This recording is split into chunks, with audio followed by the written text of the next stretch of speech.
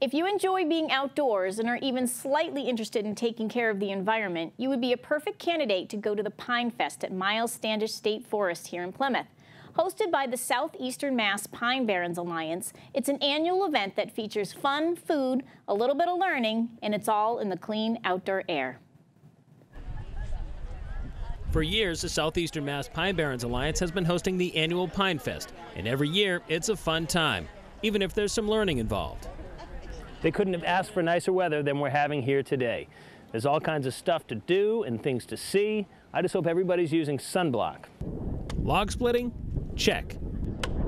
Archery for the little ones? Check. Pony rides, apple cider donuts, and a dangling chicken. The Pinefest had all of this and more. And there were people interested, all the while picking up some environmental knowledge along the way. And that's what makes Pine Barrens VP Evelyn Strawn so happy. I think most people don't realize that we live in a globally endangered ecosystem. There are 182 endangered species, and people don't know that. And the only people who know that are people who are like all involved with the environment. So we want other people to understand what a really special place this is. It's called Pine Barrens, but it isn't barren at all. There are lots of animals, there are lots of plants that are nowhere else in the world, and it's possible to come here and have a really good time. Down by Charge Pond, Melissa James Perry was there representing the Wampanoag Nation. We met up while they were putting together a traditional shade arbor. In our language, we call a shade arbor an apawunk, and it's a place of rest and relaxation. And we build traditional shade arbors covered with pine boughs, or you could use cedar boughs or birch bark.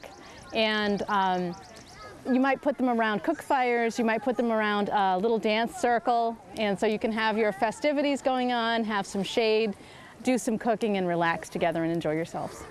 So whether you were learning about the weight of the fish you caught with Karen Vale of the Cape Cod Bay Wash Group, coloring in a herring with Ramona Krogman of the Herring Pond Watershed Association, or making pace counting beads with Dan Badger, the Wilderness Guide, the message of the day for the Department of Conservation and Recreation was inclusion. The most important thing we want everyone to know is that they're welcome here in their public lands, and that we're showing an opportunity, or giving them an opportunity, to have a safe and fun summer. My only regret is not trying the apple cider donuts. Maybe next year. At Pinefest in Myles Standish State Forest, I'm Brian Sullivan, PACTV Community News.